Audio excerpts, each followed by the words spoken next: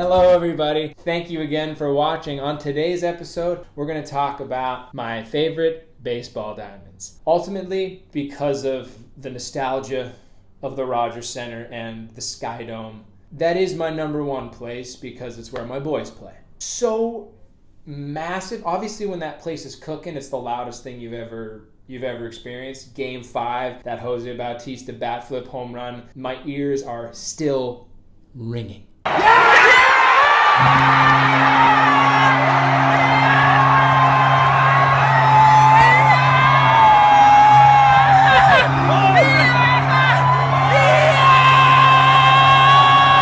You'll never remove that as the greatest moment I've ever experienced in sport. If I'm going to separate myself and be non-biased, the Rogers Center doesn't even make my top 10. And this is why.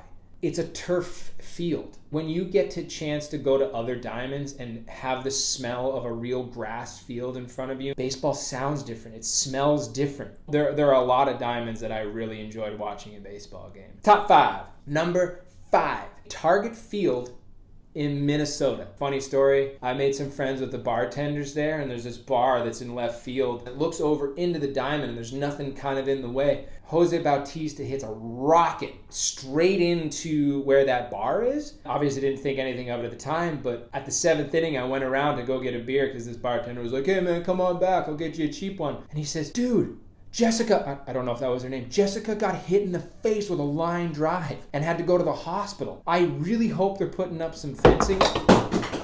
He's okay. To just all of a sudden be pouring a beer and just being like, "Hey," and get hit in the face, no fun for anyone. I hope if your name was Jessica that you're okay and you're not traumatized from the experience. Put some netting up. Number 4 is going to be Fenway Park. When you see that green monster in person, it has its own personality. You feel the history when you walk into Fenway Park. It may not necessarily, depending on the ticket that you get, the greatest place to watch a game because of the pillars and the angles of some of the outfield seats, but just staring into history is one of the most enjoyable things you'll ever do. So I really highly suggest, if you haven't been to Fenway, to try to go catch a game there. Number 3 is Petco Park in San Diego. It's a beautiful place to watch a game. The food that was available at Petco, and when you walk around going to get a hot dog, you actually don't feel separated from the game. You could be sitting in line asking for an $18 hot dog, a $17 beer, $20 pack of Cherry Blasters or Sour Patch Kids, and you're not too far from the field when you're getting stuff. Number 2, Dodger Stadium. Baseball is so rooted in history, and the fact that these structures and these diamonds are still around, it's so beautifully open, the sky on a nice LA day, one of those historic diamonds where you smell it. You see where Vin Scully is going to be doing the game from. It's just, it was awesome. Number 1 is Wrigley Field. You get in there, you see the ivy growing on the walls. If it's early in the season, it's still brown and hasn't sprouted yet. It's so cool. Another great thing about Wrigley Field is I had the chance on July 5th, 2016, the year the Cubs won the World Series, I got a chance to throw out the first pitch and sing the national anthem. The craziest thing I've ever done in my life, the most nervous I've ever been to do something in my life. You get down to the field, and it was a really hot day, and they're like, "Okay, when we call your name, we're going to give you this ball and head on out and just throw it. Here's Albert Almora Jr., kind of utility guy for the Chicago Cubs at the time, played a lot of outfield. He's standing there beside me, and they give me this ball, and this ball is slippery. Didn't want to just scoop up a bunch of dirt from Wrigley Field and rough up the ball, so I'm holding this thing, my hand's sweating, and I say to Albert, "Hey man,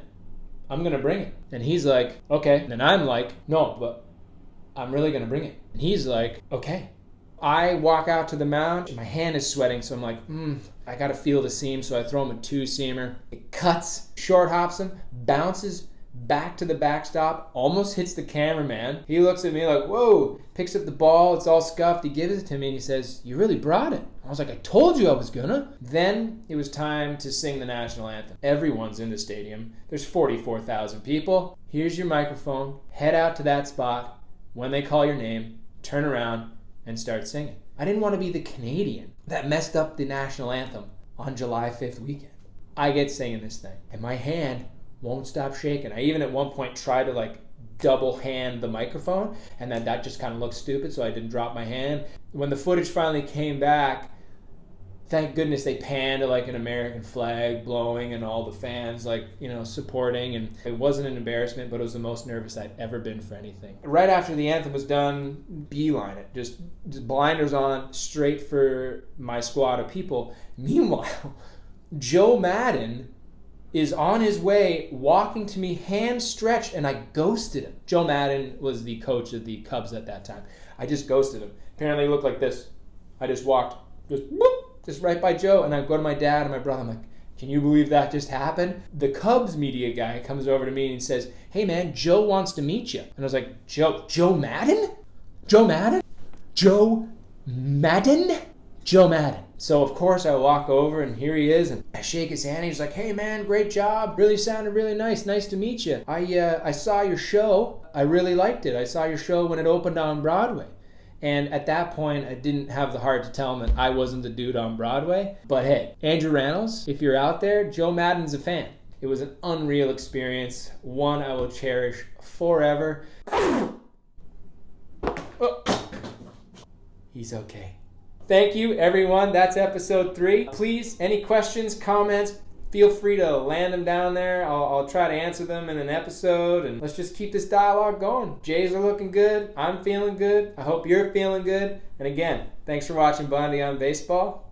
Take care. Hey, Bondy, you up.